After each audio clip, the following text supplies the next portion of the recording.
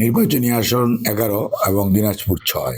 অর্থাৎ আপনি যদি ঘোড়াঘাট, হাকিমপুর, বিরামপুর, নবাবগঞ্জ নিয়ে এই জনপদ একটা বিশাল জনপদ।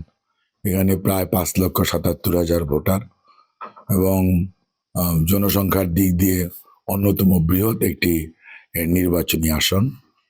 এখানে আমি ধানের শীষ থেকে মনোনীত হয়েছি। আলহামদুলিল্লাহ, আমার দল ধানের শীষ থেকে আমাকে মনোনয়ন দিয়েছে, বাংলাদেশ জাতীয়তাবাদী দল থেকে। আর এখানে অন্যান্য প্রার্থীরাও বেশ কয়েকটি রাজনৈতিক দলের আছে। তবে এই মুহূর্তেই তাদের সংখ্যা বলাটা যে সঠিক হবে না, এই কারণেই কারণ প্রত্যাহারের সময় আছে। প্রত্যাহারের পর বোঝা যাবে কয়জন অ্যাকচুয়ালি ভোটের মাঠে নির্বাচনী পরিক্রমায় সত্যিকার অর্থে অংশগ্রহণ করছে। কাজেই আমি সেদিকে যেতে চাই না। আর এখনো ধরেন নির্বাচনী কার্যক্রম বা নির্বাচনের যে প্রচারণা, সেটি আরপি অনুযায়ী এখনো শুরু হয়নি। এখন শুধুমাত্র আগ্রহী প্রার্থীরা ভোটারদের সাথে, তার নেতাকর্মীদের সাথে, দলীয় নেতাকর্মীদের সাথে, জনগণের সাথে আপনার এক ধরনের গণসংযোগ করতে পারে, যেটিরও কিছু বাধ্যবাধকতা আছে। যেখানে অনেক কিছু ব্যবহার করা যায় না, অনেক কথা বলা যায় না। কাজেই 21 তারিখে যখন আপনার প্রার্থী দেওয়ার চূড়ান্ত প্রার্থিতা ঘোষিত হবে এবং সেই দিন প্রতীক বরাদ্দ হবে, তারপর থেকে আসলে অ্যাকচুয়ালি নির্বাচনী প্রচারণাটা 10 তারিখ পর্যন্ত চলবে।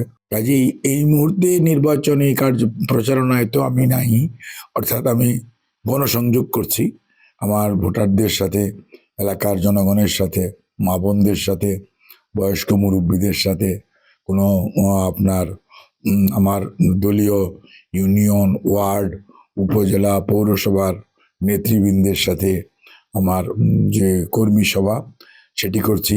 অঙ্গ সহযোগী সংগঠন আছে, ছাত্রদল, যুবদল, স্বেচ্ছাসেবক দল, শ্রমিক দল, কৃষক দল, মহিলা দল সহ এখন আপনার মুক্তিযোদ্ধারা আছেন। তারপরে সমাজের বিভিন্ন শ্রেণী পেশার মানুষ আছে, বিশেষ করে ব্যবসায়ী সম্প্রদায়, তারপরে শিক্ষিত মানুষদের মধ্যে অনেকেই শিক্ষকতার কাজে আছেন, অনেক জনপ্রতিনিধি, সাবেক জনপ্রতিনিধিরা আছেন, বর্তমান জনপ্রতিনিধিরা আছে।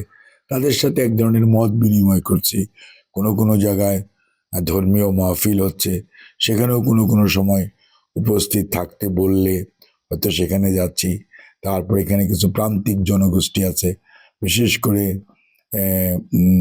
নৃতাত্ত্বিক, ক্ষুদ্র নৃতাত্ত্বিক সম্প্রদায়, তাদের মধ্যে এখানে সাঁওতাল কমিউনিটির বেশ কিছু সংখ্যক মানুষ আছেন। ওনাদের সাথে বা অন্যান্য ধর্মাবলম্বী, মানে ইসলাম ধর্মের বাইরেও এখানে সনাতন ধর্মাবলম্বী, খ্রিস্টান ধর্মাবলম্বী, অল্প সংখ্যক বুদ্ধিস্ট ধর্মাবলম্বী এখানে আছেন, ব্যবসায়ী শ্রেণীর ব্যবসার মানুষ আছেন, শ্রমিক আছে, শ্রমজীবী মানুষ এখানে বেশ। কারণ এই অঞ্চলটা কৃষি নির্ভর, আর হচ্ছে এই কৃষি নির্ভরতার কারণে শ্রমজীবী মানুষের পরিমাণ বেশ বেশি। যদিও এখানে কোনো আধুনিক মিল, কল কারখানা, ইন্ডাস্ট্রি তেমন নাই বলতে গিয়ে নাই বলা যায়।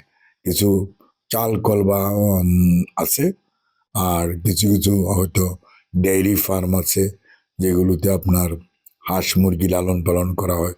ওখানে হয়তো কিছু শ্রমজীবী মানুষ কাজ করে।